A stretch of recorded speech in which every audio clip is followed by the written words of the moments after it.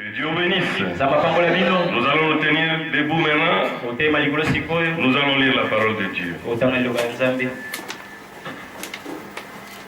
Nous allons lire dans Psaume 111.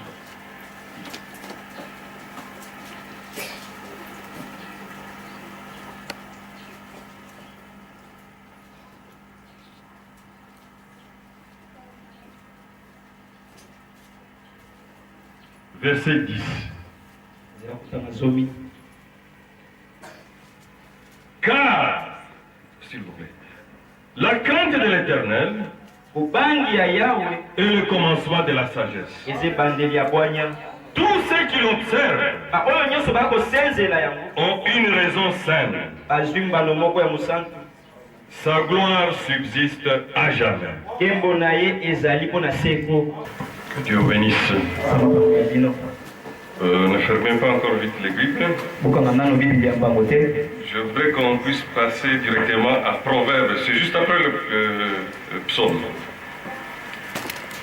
Déjà assis, c'est bon. Proverbe 8, 13.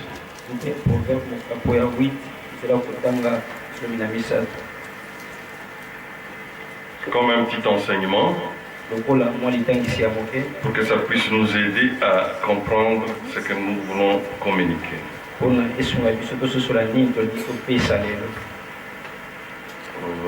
8, 13.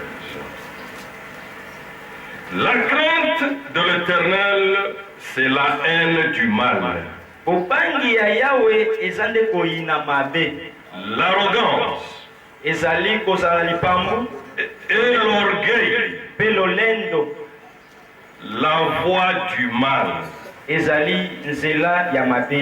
la bouche perverse. Voilà ce que je hais. Amen. On passe encore Proverbe 10.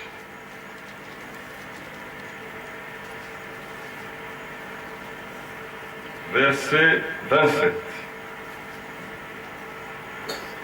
La crainte de l'Éternel augmente les jours, mais les années des méchants sont abrégées. Amen. Proverbe 15.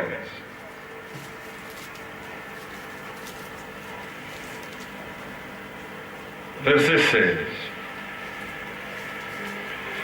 Mieux vaut peu avec la crainte de l'Éternel qu'un grand trésor avec le trouble. Amen. Que Dieu bénisse la lecture de sa parole. Ce matin, je voulais partager avec vous un petit sujet qui peut paraître un peu simple, mais qui est très important pour chacun de nous. Et le sujet que j'ai voulu prendre ce matin, qu'est-ce que la crainte de l'Éternel? Amen. Le jeudi, on avait parlé sur comment recevoir la vraie foi chrétienne. Parce qu'il y a toujours tout le monde qui dit qu'il a la foi. Tout le monde dit qu'il est chrétien. Alors nous avons essayé d'éclairer entre la foi intellectuelle et la foi chrétienne. Parce qu'aujourd'hui tout le monde a la Bible. Tout le monde aussi a les messages. Mais est-ce que tout le monde vit la parole de Dieu? Amen. C'est pour cela que j'ai préféré prendre ce petit sujet. Qu'est-ce que la crainte de l'Éternel? Nous lisons ça, nous avons, si vous cherchez dans la Bible, alors Dieu a beaucoup frappé sur ça. Il parle de la crainte de l'Éternel. C'est la base aussi. Tu ne peux pas dire tu es chrétien, mais tu marches comme tu veux. Quand j'essaie de chercher la définition de la crainte de Dieu, dans les dictionnaires bibliques, la crainte est l'attitude du croyant devant Dieu, faite de respect et de soumission. La crainte de l'Éternel se caractérise par l'obéissance totale à Dieu. Le respect et la soumission à la parole de Dieu. Amen. Tu ne peux pas avoir le respect de Dieu sans la crainte. C'est impossible. C'est pour cela que nous sommes appelés à savoir qu'est-ce qu'est réellement la crainte de l'Éternel.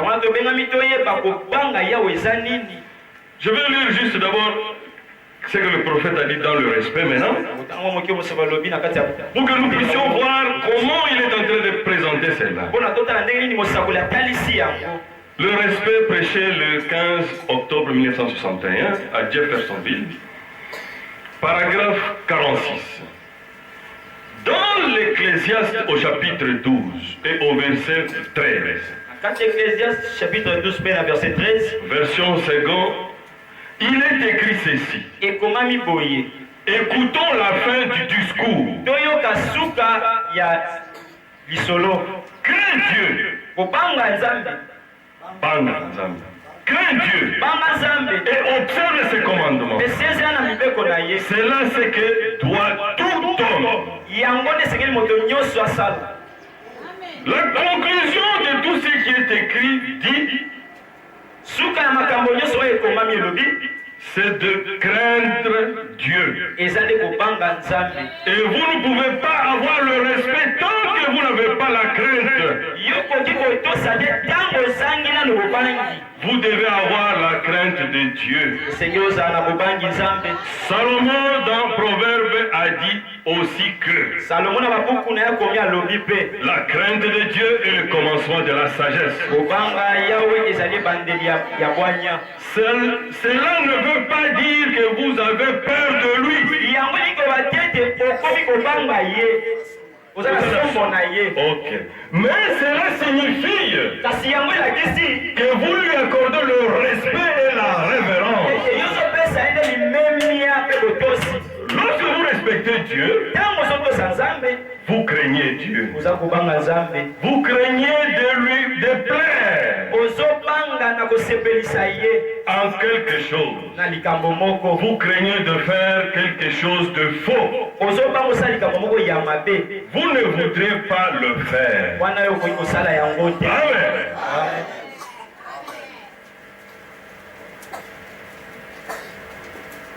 L'homme naturel a la crainte de plus les choses qui peuvent tuer ses corps. Mais, or Dieu est capable de tuer et le corps et l'esprit. Par exemple, à cause de la crainte de la mort physique, comme nous sommes là, chacun est capable de se couper en 1000 morceaux pour trouver l'argent pour aller se faire soigner. N'est-ce pas? Même vendre un bien de valeur pour vraiment se faire soigner. Tout ça pourquoi? Pour la crainte de la mort physique. Malgré tout ce que nous pouvons faire, un jour il finira par mourir. Vous comprenez un peu? Nous avons plus peur pour ces corps ici. Or, quand nous avons la crainte de Dieu, nous aurons le tout ensemble. Amen. Il y a quelque chose qui avait attiré mon attention pendant le pillage de 1993. Quand on avait pillé tous les magasins, tous les entrepôts, mais les responsables de l'INRB avaient eu seulement une petite imagination. Il avait écrit dehors là sur la porte, le mur là. Il a écrit à Lingala. Keba Sida. Partout, c'était pillé. La personne est en grève. Ils avaient peur de quoi? Parce qu'on avait écrit Keba Sida. Vous comprenez? C'est que nous avons plus peur de ce qui peut tuer ce corps. Or, non! Nous devons avoir peur de ce qui va tuer le corps et l'esprit.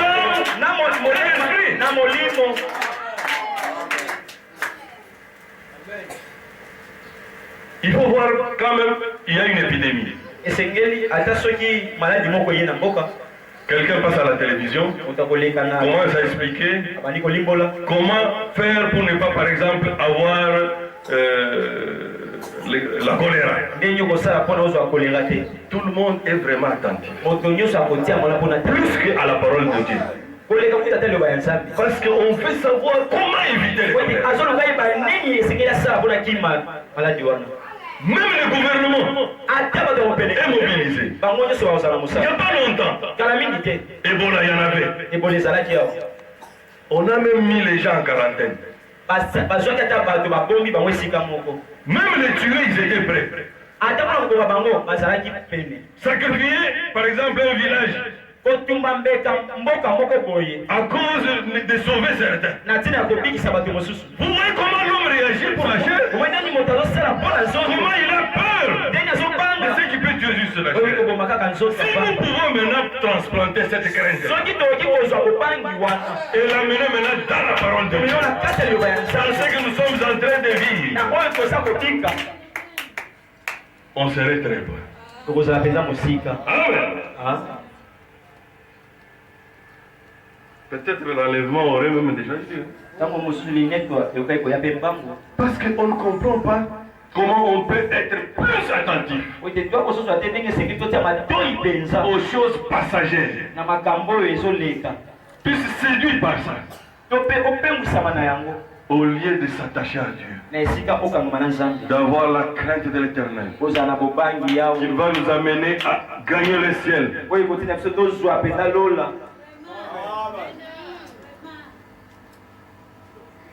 La crainte d'une épidémie, c'est rien, mon frère. Parce que ça ne peut tuer que le corps. Tandis que la crainte de l'Éternel nous donne la vie éternelle. La guérison de l'âme et la guérison du corps aussi.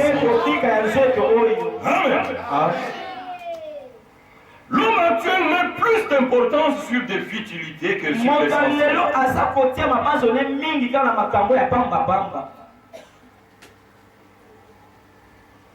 L'homme a plus besoin, a plus peur de la crainte d'un autre homme aujourd'hui.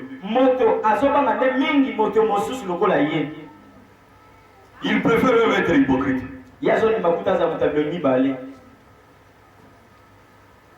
Or, l'homme là n'a pas la capacité de faire plus que tuer, par exemple, ton corps.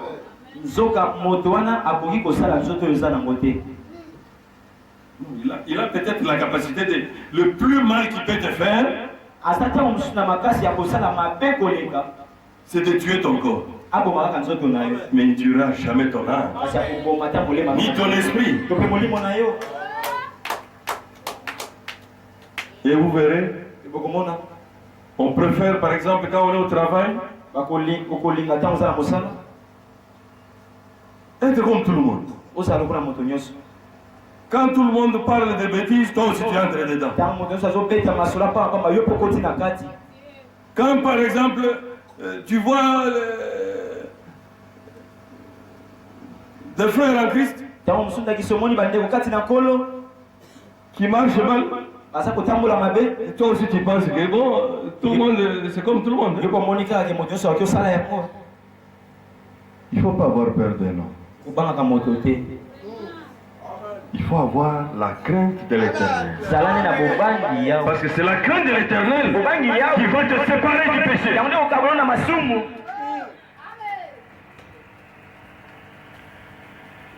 Parce que la crainte d'un homme produit l'hypocrisie. Quand tu le vois, Ah, tu donnes vraiment l'impression que tu es un bon chrétien. Tu es une bonne chrétienne. Parce que tu vois le pasteur. Parce que tu vois un frère avec qui tu pries à l'église. Toi aussi tu veux chercher à te comporter comme si tu étais déjà un chrétien. Non, ce n'est pas bon. C'est encore bien pour toi. Que tu puisses montrer ta faiblesse. Pour que tes frères et tes sœurs qui te voient dans la faiblesse puissent prier pour toi. Pour que la faiblesse puisse se guider. Parce que si par exemple tu prends encore la bière, dès que tu vois le frère là-bas, tu prends la bière, tu mets sur la table. Non, c'est encore mieux que le frère ou le pasteur puisse te trouver avec la bière sur la table. Il comprendrait que tu as encore une faiblesse pour laquelle il puisse s'agenouiller pour toi. Tu es capable de faire quelque chose. Voilà la marche d'un chrétien. L'église ne forme pas des hypocrites. L'église a besoin de former des fils et des filles.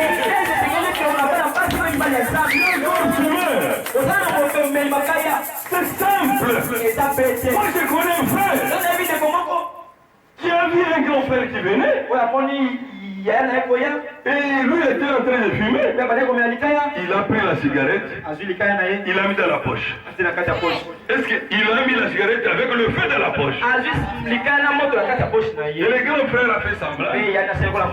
Il a continué à causer avec lui. Imaginez la scène maintenant. Vous voyez? C'est pas ça un chrétien. Le chrétien doit venir avec tout ce que nous avons comme devoir. Le Seigneur Jésus-Christ lui-même a dit, vous qui êtes chargés et fatigués, amenez vos fardeaux. Les fardeaux là c'est quoi?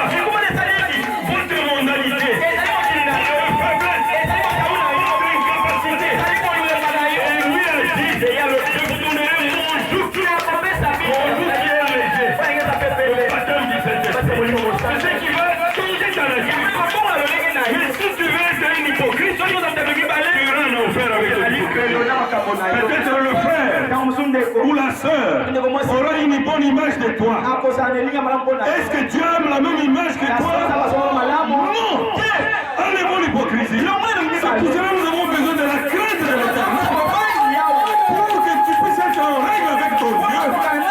Pas avoir peur de ton voisin. Pas avoir peur de ton voisin.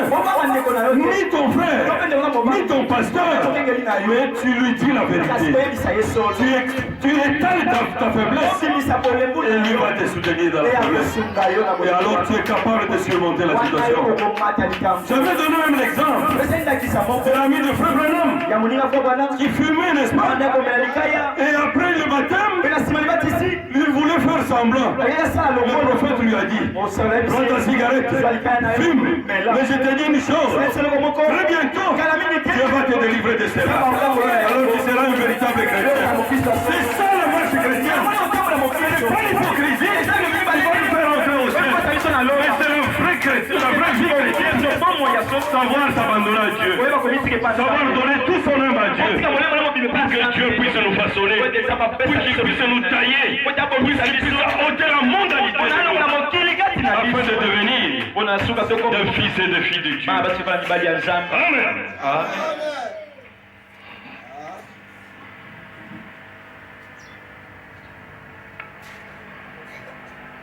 Aujourd'hui, les gens même parlent plus de leurs églises.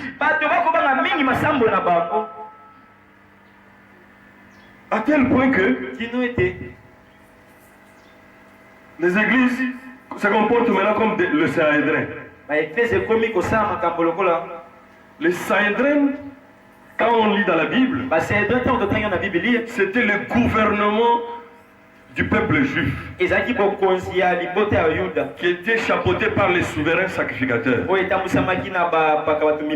Alors c'est le Sanhédrin qui mettait la pression sur tout le monde. À tel point que le parent de l'aveugle-né,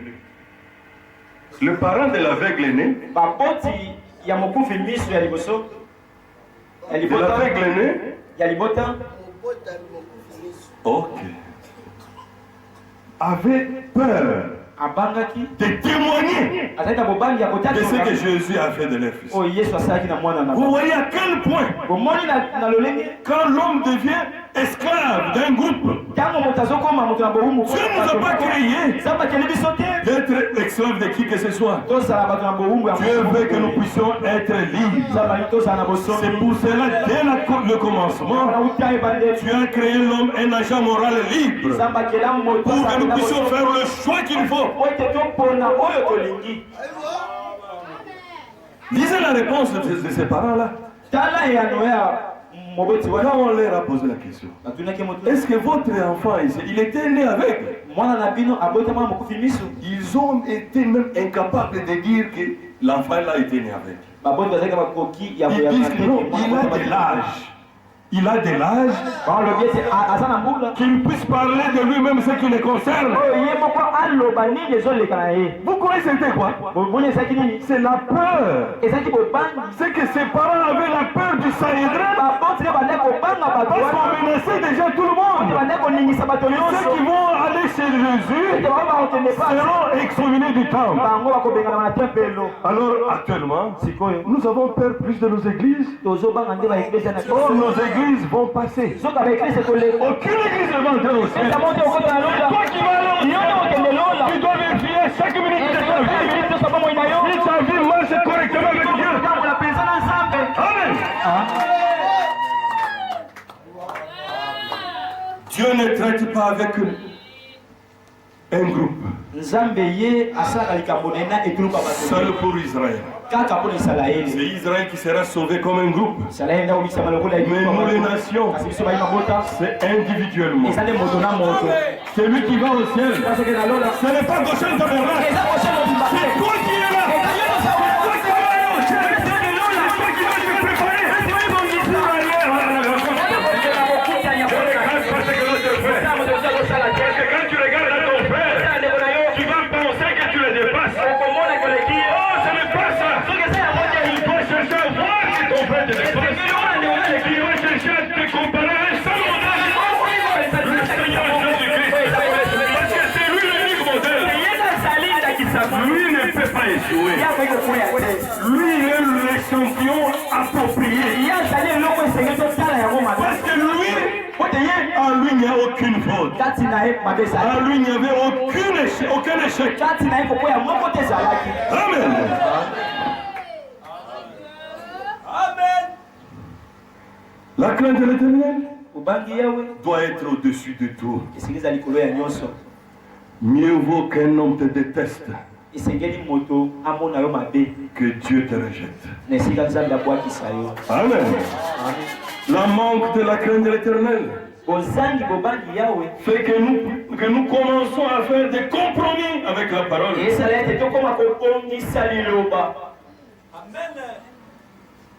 On commence à faire des compromis avec la parole de Dieu. Peut-être pour un petit avantage. Nous lisons souvent que Ésaü avait vendu son droit d'aînesse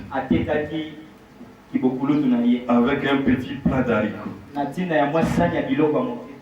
Peut-être il pensait que c'était un jeu. Non, il y a des choses, quand ils se font, on dépasse la ligne de démarcation. Et quand on dépasse cette ligne-là, il n'y a plus d'autres possibilités. Quand il avait vendu ses droits d'aînesse, oh, quand il est venu pleurer chez son père, est-ce que tu n'as pas encore resté avec une petite bénédiction? Son père lui a dit toute la vérité. Tu seras assujetti à ton frère. J'ai déjà tout donné à Jacob. Pourquoi? C'est la répercussion de ce qu'il avait fait ce jour-là.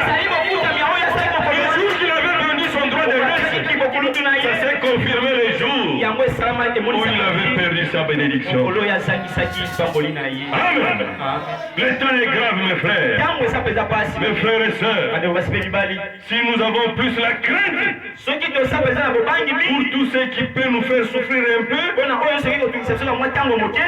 dans cette chair, Quelle c'est là notre finalité? Amen. C'est que nous sommes appelés comme le Seigneur Jésus-Christ l'a dit. Tu veux me suivre? Prends ta croix et suis-moi. C'est comme ça que c'est écrit dans la Bible. Est-ce que nous allons nous fabriquer deux morceaux de bois commençant à marcher avec ça sur la route? Non. Mais il y a un petit exemple d'une femme qui avait pris sa croix pour suivre le Seigneur. Amen. Le prophète a parlé de cette histoire-là. La femme qui était mariée à un ivrogne. Oh, son mari est allé parler à ses amis dans les Ngandala où ils prenaient leur boisson. Oh, moi je connais. Ses amis disaient, oh, maintenant aujourd'hui, il n'y a plus de vrais chrétiens. C'est comme dans le même temps que nous sommes en train de vivre. Pour trouver une fille vierge, c'est difficile. Tout le monde fait ce qu'il veut.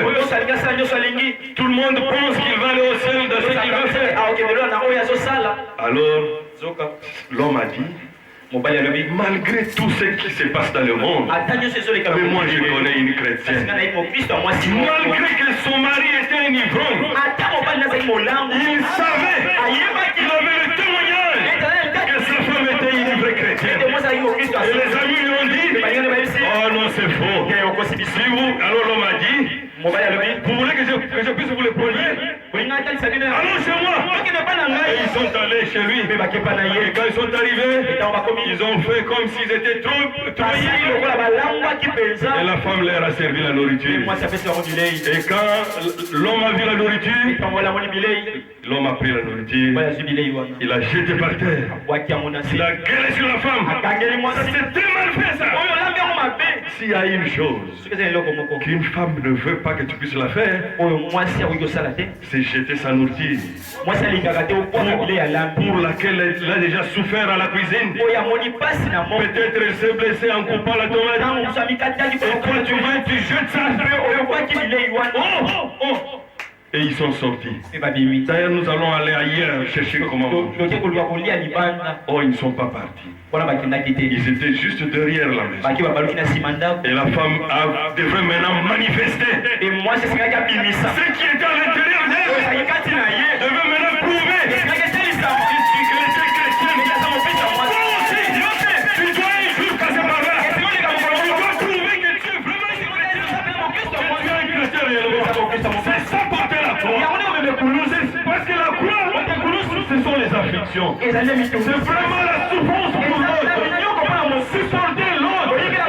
C'est ça qui va prouver que tu es devenu un chrétien. Ou une chrétienne. C'est de nouveau. Amen. Et puis ça produit quoi? Ça produit quoi? La femme a commencé à chanter. Oh, le Seigneur avait dit que nous puissions porter nos croix et le suivre. Est-ce qu'il allait seulement lui-même porter sa croix? Moi aussi je dois porter ma croix. Je dois supporter une part de ces souffrances. Et quand ils ont entendu cela, ils ont donné leur vie à Christ. Ils sont devenus de véritables chrétiens. Voilà une vie qui est capable de prêcher par le geste, par le comportement. Et on a la vie de ces trois incroyants là. Trois sous l'arbre. Certainement, après cette situation-là, ils sont devenus de nouvelles créatures. Ils ont certainement arrêté la boisson. Il est devenu un bon mari. Chacun est devenu de bons chrétiens. Amen. La crainte de l'Éternel va amener à ce que nous puissions plus faire des compromis avec la parole. Dieu dit, ne craignez pas ce qui peut tuer seulement le corps, mais ayez la crainte de Dieu, car lui peut tuer le corps, l'esprit et l'âme. Nous voulons toujours que que les autres ou notre entourage puissent nous considérer en se comportant mal comme eux, en se même méconduisant comme eux, oh, comme tout le monde filme dans le groupe. Moi aussi je vais filmer pour qu'ils puissent pas voir que j'ai sauté. Que j'ai sauté.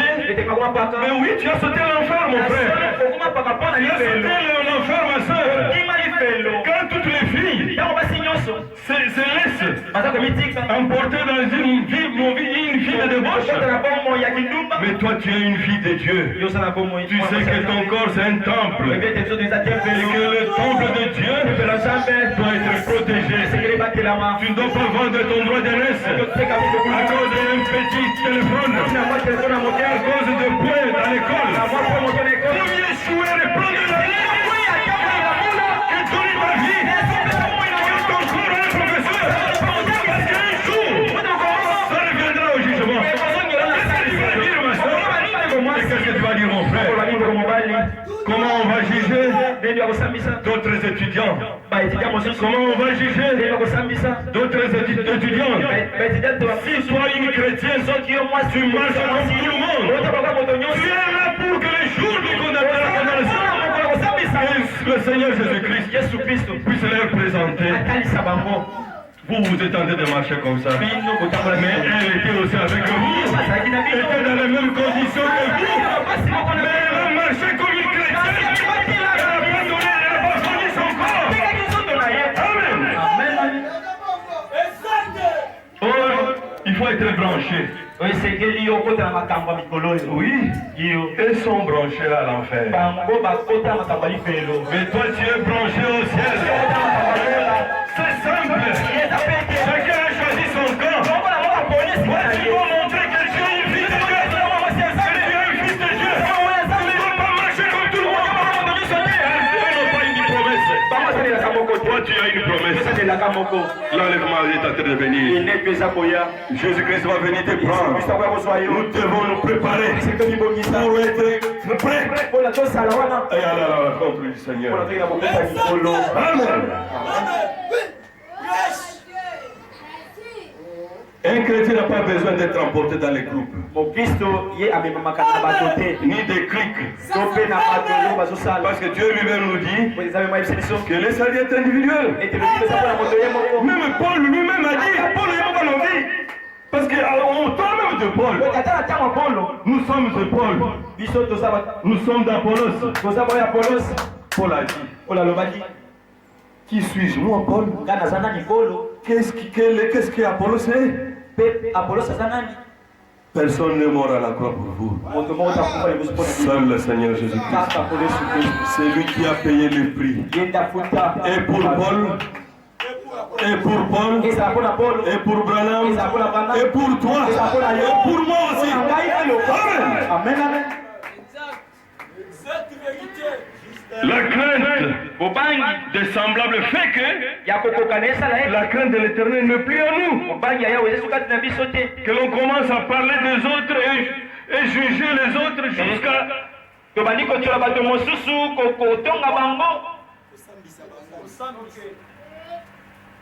Et nous, on va se retrouver très loin de la parole de Dieu.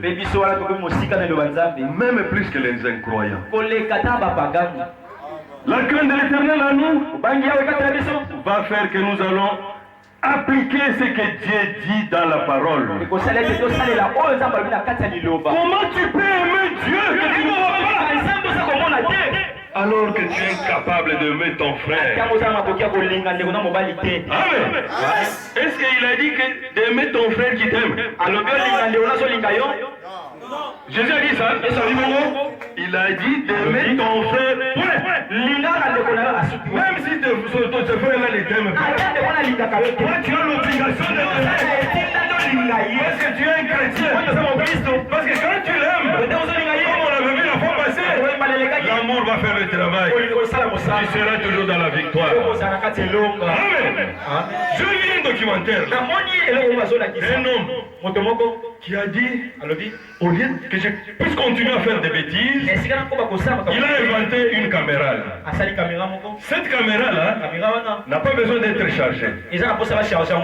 C'est qu'elle travaille, cette caméra là travaille 24 heures sur 24. Et cette caméra là est connectée à l'internet 24 heures sur 24. Et cette caméra là, il est avec ça sur lui à tout moment. Pour diffuser sa vie en direct. Afin d'éviter de faire des bêtises. Vous avez compris un peu? C'est un documentaire que j'ai suivi. Ça a attiré un peu mon attention. Comment ça? Si un mondain cherche à s'améliorer en créant une caméra pour qu'il puisse, parce que dans son subconscient, il sait que tout le monde entier est en train de le voir. Alors il avait obligation de ne plus faire les bêtises. Vous comprenez un peu? Oh, nous avons le grand caméra, le Seigneur de gloire, le de justice, le Seigneur Jésus-Christ, tu vois tout, même dans le fin fond, dans la pensée, ce que tu as encore dans ton cœur, tu es capable de voir. Si nous pouvons seulement, dans notre pensée aussi, prendre conscience que le Seigneur Jésus-Christ, il est l'omnipotent, il est l'omniscient, c'est ce qui fait de lui omniprésent.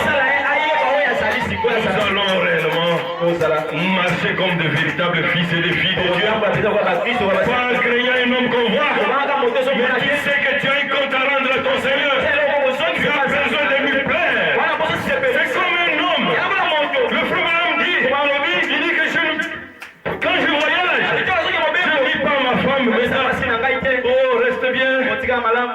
Quand je vais rentrer, si on me dit qu'un homme, tu as fait avec quelque chose avec ça, je serai fâché. Moi, Mbeda aussi me dira, comme tu voyages là, faites attention, ne regarde pas les filles de cette ville-là. Voilà, ça c'est pas la vie. C'est que quand tu aimes ta femme, tu dois faire confiance à ta femme. C'est que tu sois là ou pas, et qu'elle t'appartient. Elle, toi aussi. Madame, ma soeur, tu dois faire confiance à ton mari pour savoir que c'est un fils de Dieu. Ce n'est pas ta surveillance qui va le protéger, mais c'est ton amour sincère qui va faire que tu ne pourras pas penser du mal pour lui, comme lui aussi ne pourra pas penser du mal pour toi. Amen. C'est ça la vie chrétienne. Le respect, l'amour, la soumission envers notre Dieu. Amen. Parce que Dieu nous dit qu'il y a un grand magnétophone céleste. L'homme a inventé la caméra, n'est-ce pas? Qui est en train de filmer tout ce qui se passe. Et nous sommes capables de voir ça après. C'est juste une imitation de ce qui existe devant Dieu. Le prophète dit que quand l'enfant atteint l'âge de la raison, c'est à peu près autour de 9 ans, le grand magnétoscope commence à tourner et enregistre toute notre vie. L'unique façon d'effacer dans ce magnétoscope de Dieu, c'est la repentance sincère de ce que vous avez fait. Et quand vous vous repentez sincèrement, le magnétoscope de Dieu fait que il va effacer cette partie-là. C'est pour cela le diable veut venir accuser Josué devant Dieu. Que Josué c'est un pécheur. Mais Dieu regarde Josué. Il dit qu'il n'a pas péché. Il ne voit pas le péché. Parce que Josué avait demandé déjà pardon. Et Dieu avait déjà effacé. Parce que Dieu est seul a la capacité, quand il pardonne ton péché, il oublie même cela. Mais un homme, tu peux lui demander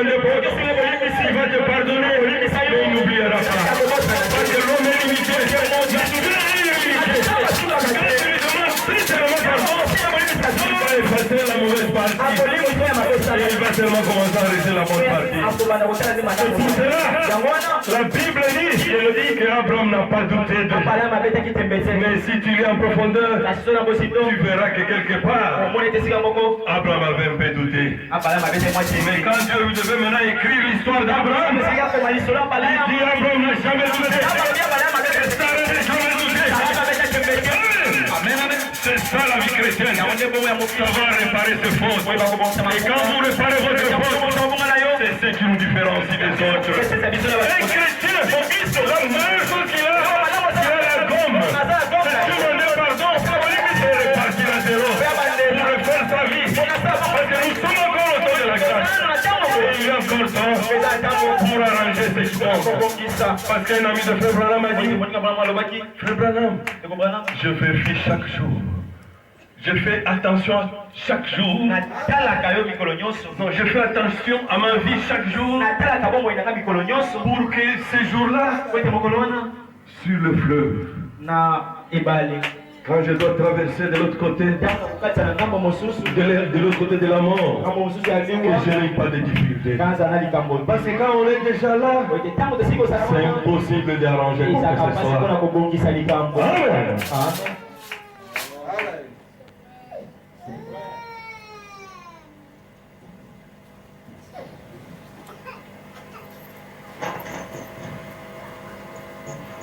Mes frères, mes sœurs, cherchons la faveur de Dieu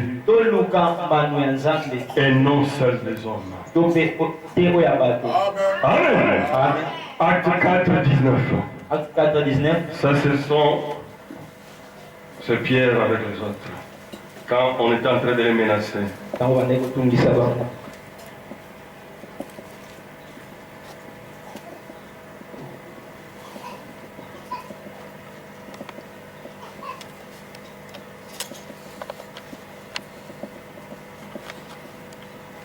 Je commence à 18.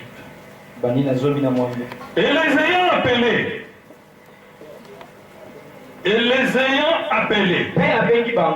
ils leur défendirent absolument de parler et d'enseigner au nom de Jésus. Pierre et Jean leur répondirent, jugez s'il est juste devant Dieu de vous obéir plutôt qu'à Dieu. Amen. Parce que quand tu veux seulement faire plaire à quelqu'un, alors à toi de choisir maintenant. Est-ce que lui va t'amener où? Peut-être il peut te donner une chemise. Et ça va s'arrêter là. Il est même incapable de te guérir. Parce que personne ne peut faire quelque chose pour son semblable. Amen. Vous connaissez l'histoire qui s'était passée à Samarie, non? Quand l'armée syrienne avait encerclé la Samarie, il y a eu la faim tellement que les mamans se sont arrangées qu'aujourd'hui nous mangeons ton fils et demain nous allons manger et ils ont fait pour le premier enfant. Quand il fallait maintenant manger pour l'autre, l'autre a fui avec son enfant. Et la femme est allée pleurer chez le roi. Viens à mon secours. Le roi dit, si Dieu ne t'aide, si Dieu ne vient pas à ton secours, qui peut te secourir?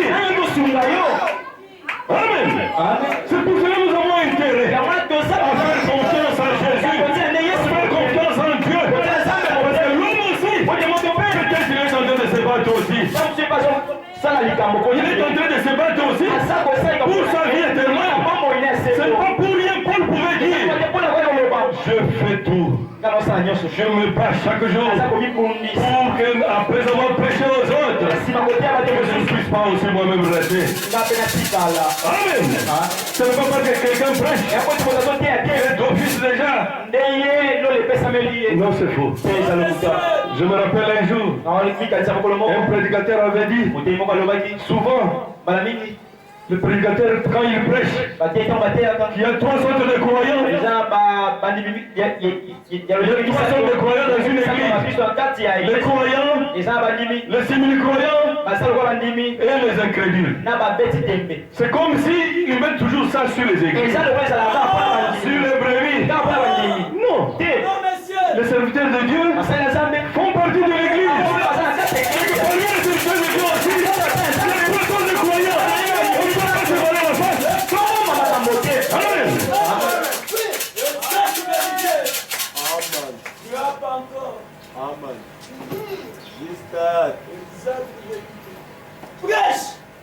La crainte de l'Éternel nous protège de l'iniquité. La crainte de l'Éternel amène le respect pour Dieu. Dieu exige la crainte. Amen. On va lire. Là où le prophète l'a dit, le respect toujours.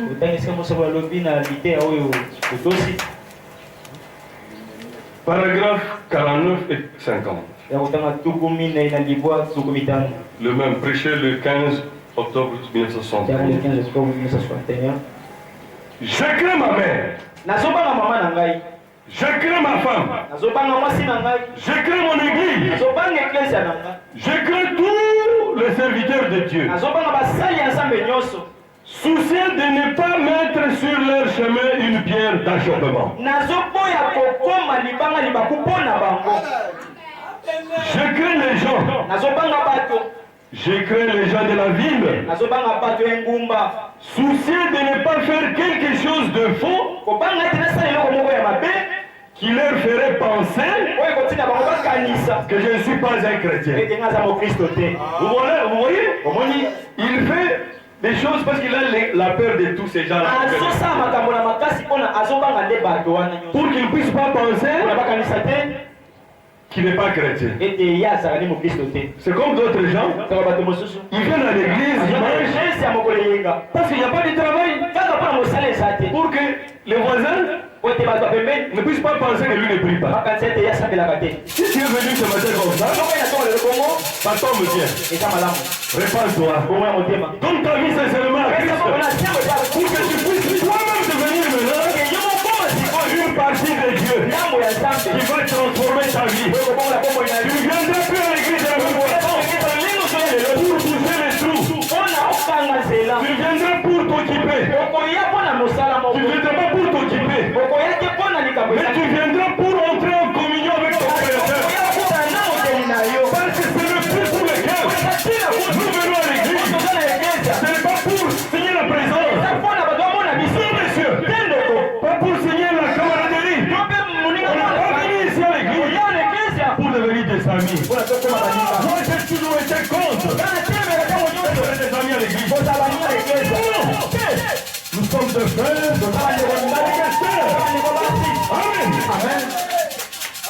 Est-ce que vous savez la différence entre les amis et les frères et les sœurs?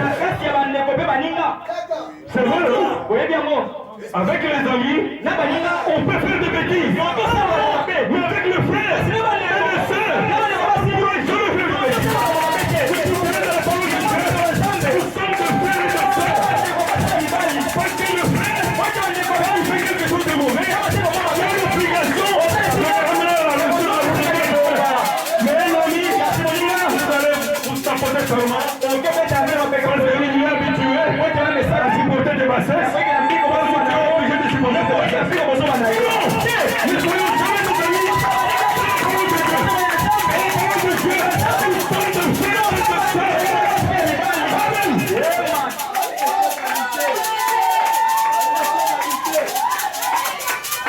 Paragraphe 50. Vous voyez, vous devez, avant de pouvoir avoir du respect, vous devez avoir la crainte de Dieu. Dieu exige cela. Il réclame le respect. Oui, Dieu le réclame. La crainte l'amène. Nous savons que la crainte amène le respect. Amen. messieurs. Vas-y. Vas-y. Allez de l'avant. Être conduit. Maintenant. Être conduit. Les camaraderies, c'est vraiment n'importe quoi. Les camaraderies, c'est vraiment n'importe quoi. Mais dans la parole de Dieu, cherchons à être des frères et sœurs.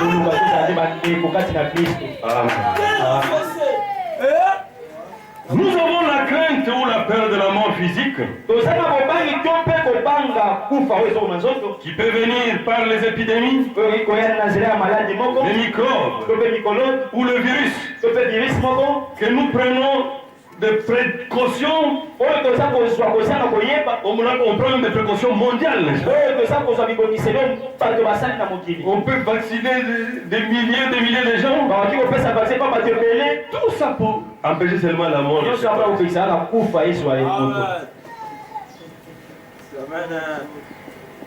Juste pour ceux qui veulent tuer ses corps physiques. Mais pour la crainte de l'éternel, nous sommes plus que distraits et emportés par les mauvaises choses ou habitudes. Juste, vous êtes conduits, messieurs, allez de l'avant. Qui fait que Satan a mis en nous quelques démons qui agissent comme des virus ou microbes dans notre vie spirituelle. Amen. Vous savez maintenant, Satan c'est. Tu es déjà dans les messages. Dans les messages là, les frères là ne tombent plus avec les femmes. Ne volent plus. Les sœurs aussi ne font plus de débauche. Ne font plus de prostitution. Fumer. Ils ne fument pas. Boire la boisson. Ils ne boivent pas. Alors le diable a dit, pour eux ici, il faut chercher des virus. Amen. Alors j'ai essayé de voir quelques virus qui peuvent nous aider maintenant à discerner cela. Amen. Voici quelques exemples de virus qui sont maintenant en nous, qui croyons au message du temps de la fin. La médisance.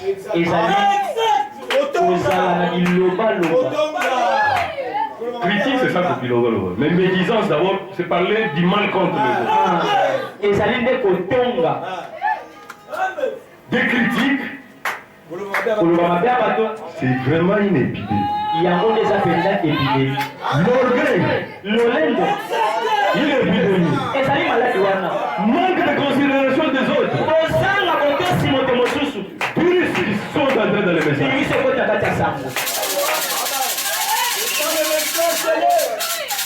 Vous êtes conduits, monsieur. Souvent, nous nous appelons des aigles, n'est-ce pas? N'est-ce pas? Qui sait la signification de l'aigle ou la qualité de l'aigle? Oui, frère, tu peux dire. Un aigle vole plus haut. Pongo azali ndeke moko afumbaka likolo makasi. Mais na kopumbwa makasi azomona mpe eloko nyonso eza na amen. Que Dieu te bénisse. La qualité dont nous sommes identifiés dans cet âge. Le 4e être vivant de notre âge ici est symbolisé par la tête de l'aigle. Et aujourd'hui, nous nous disons des aigles, mais aveuglés par tous ces virus ici. Nous sommes incapables aujourd'hui de voir, de détecter ces virus, de la médisance, de critique, de l'orgueil, manque de considération de l'autre. Alors quelle est cette aigle ici? Ce n'est pas parce que tu dis que tu es aigle que tu es toujours aigle. Tu étais peut-être aigle quand tu vivais la parole de Dieu, quand tu ne voulais pas écouter le mal de quelqu'un d'autre. Là tu étais aigle. Aujourd'hui tu es toujours aigle encore. Quand tu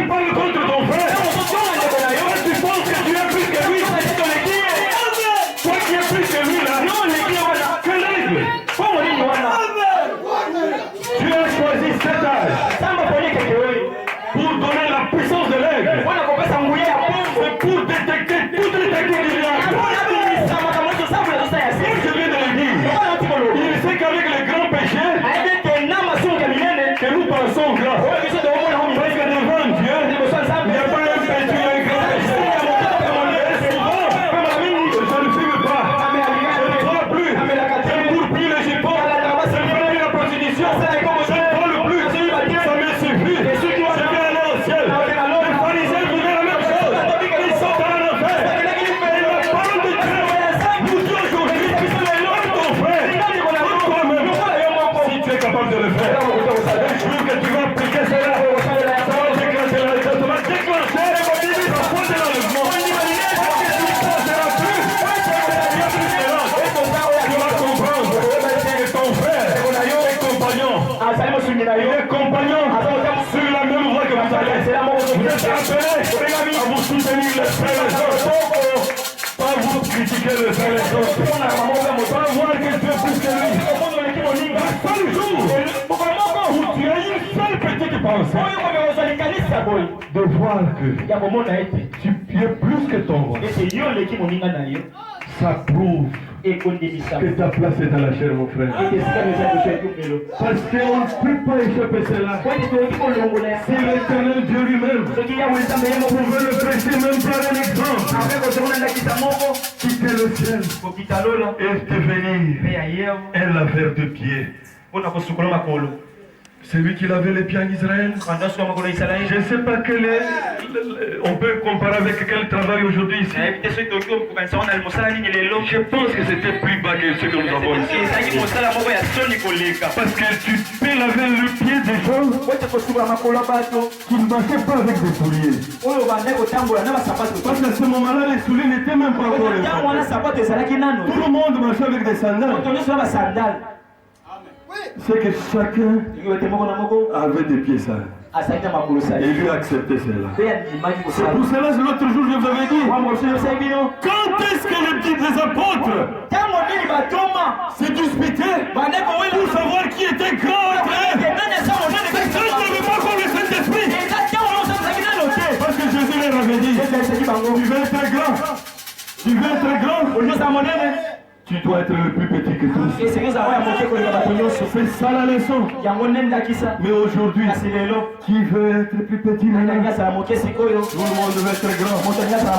Alors qui veut aller au ciel? À toi de choisir.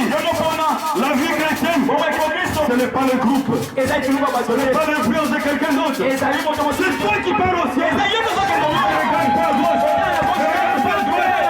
Est-ce que ta vie est comme Christ? Amen.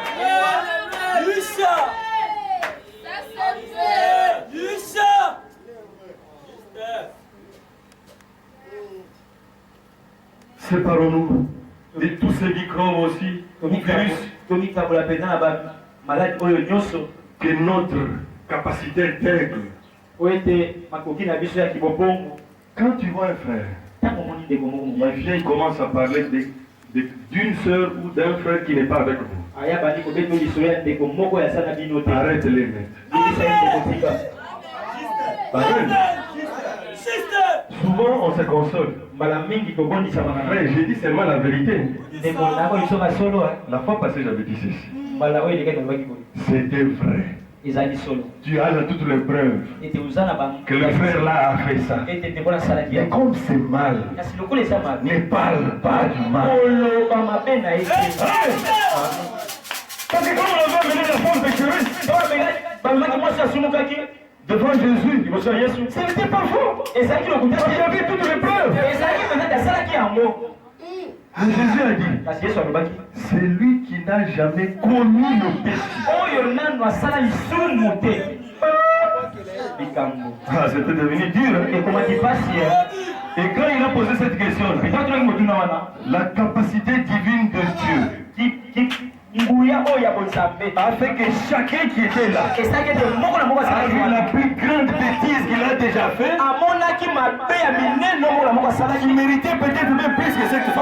Ce n'est pas pour rien que chacun veut déposer la pierre et partir sans dire au revoir.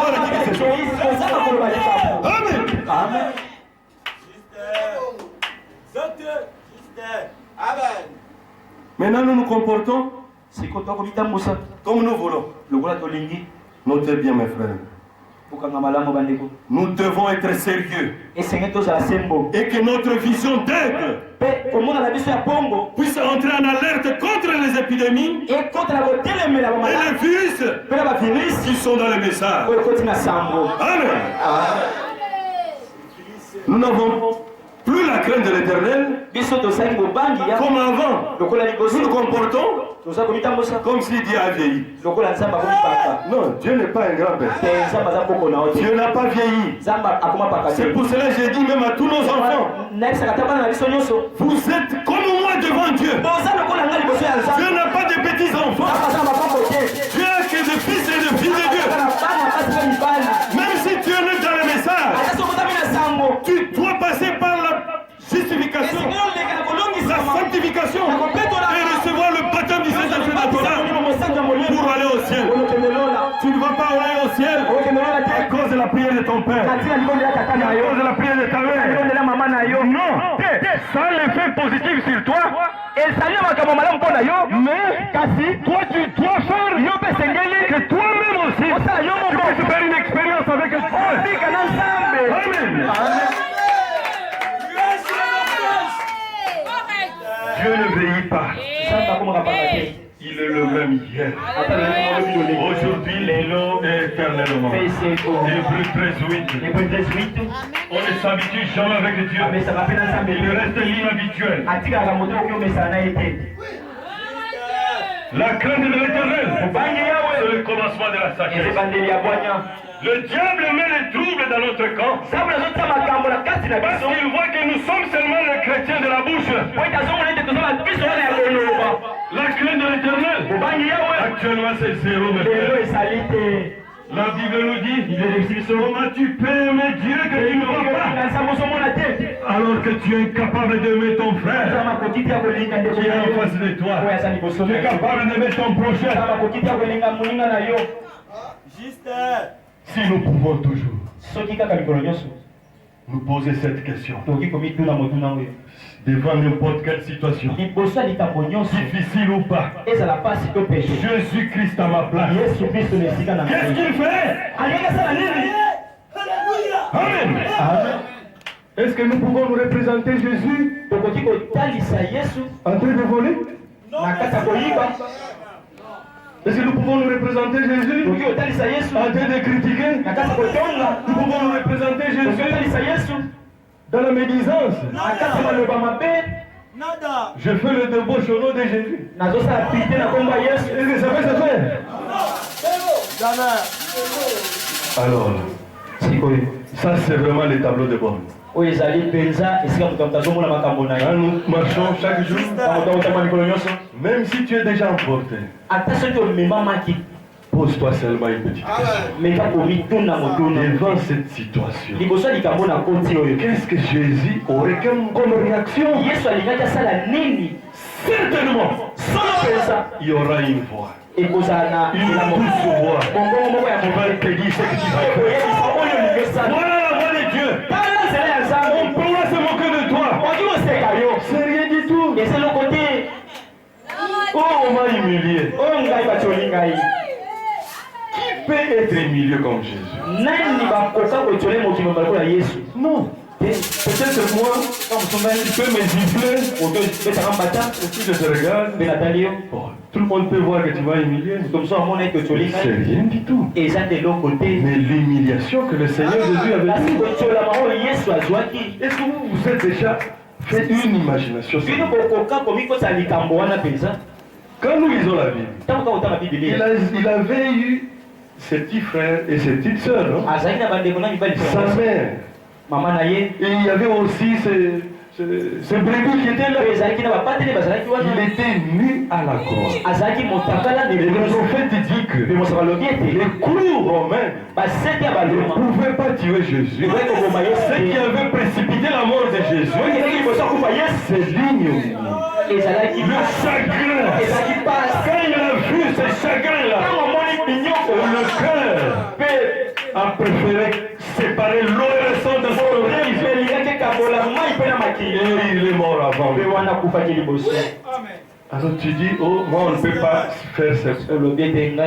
Au quoi ça a la ngalité? Yona. Toi tu es qui? Tu es rien.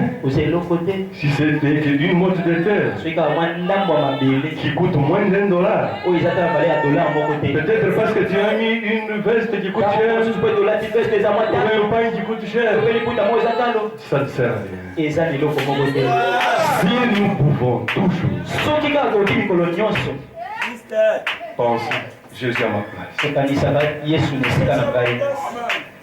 Dieu veut voir la preuve de la crainte de l'Éternel en nous, par la façon que nous traitons le prochain. Pas une crainte et amour envers Dieu abstraite comme ça. Non. Tu aimes Dieu, mais il faut le prouver. Nous devons le voir quand ça s'expérimente. Nous voulons voir ta réaction au projet. Le projet là, ce n'est pas ton ami. Il peut être ton ennemi. Comment tu vas réagir quand il va marcher contre toi? C'est ce qui va prouver que tu es chrétien. La crainte de l'Éternel doit produire l'obéissance à la parole de Dieu. Amen. Pour terminer, je voulais que nous puissions lire la prière du prophète qu'il a faite quand il devait reconsacrer les tabernacles, je crois, en 63. Maintenant, Dieu se cache et se révèle dans la simplicité. Précieux le 17 mars 1963. Paragraphe 84. Maintenant, couvrons la tête. Notre Père Céleste, nous sommes remplis d'une crainte respectueuse. Nous sommes remplis de respect et d'une sainte vénération. Nous te demandons, Seigneur, d'agréer notre don, puisque tu nous as donné la grâce et l'argent pour te préparer un lieu d'adoration. Il n'y a rien, aucun endroit que nous puissions préparer sur cette terre qui soit digne d'être une demeure pour le Seigneur ou être pour l'Esprit de Dieu. Mais nous t'offrons celui-ci comme garde de notre amour et de nos sentiments envers toi. Seigneur, nous te remercions pour toutes les choses que tu as faites pour nous. Amen. Je voudrais que là il parlait du temple de Branham Tabernacle, que nous puissions remplacer notre vie à la place. Oui, notre vie que nous nous offrons à Christ. Parce que Dieu nous a tellement aimés, même quand on n'était pas aimable. Amen. Et il a quitté le trône pour venir mourir à la croix, devenir insemblable à nous, pour payer au double de nos péchés, afin que tel qu'il est, tel que nous puissions être. Je crois que j'ai essayé de ressortir quelques mots qui pouvaient nous aider à comprendre ce que c'est la crainte de l'Éternel. C'est l'obéissance à sa parole, l'obéissance à sa parole. Il n'y a pas l'homme qui peut tuer. Et d'avoir la même urgence. Vous voyez l'urgence que nous avons pour fuir l'épidémie, pour fuir le Ebola par exemple, pour fuir le sida. Multiplier cela fois 10 pour avoir comme crainte de désobéir à la parole de Dieu. Que le Seigneur vous bénisse.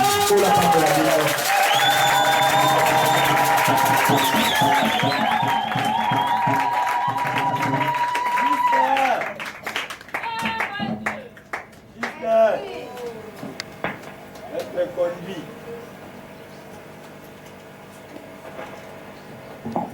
Dieu vous bénisse. Acclamez le Seigneur encore une fois.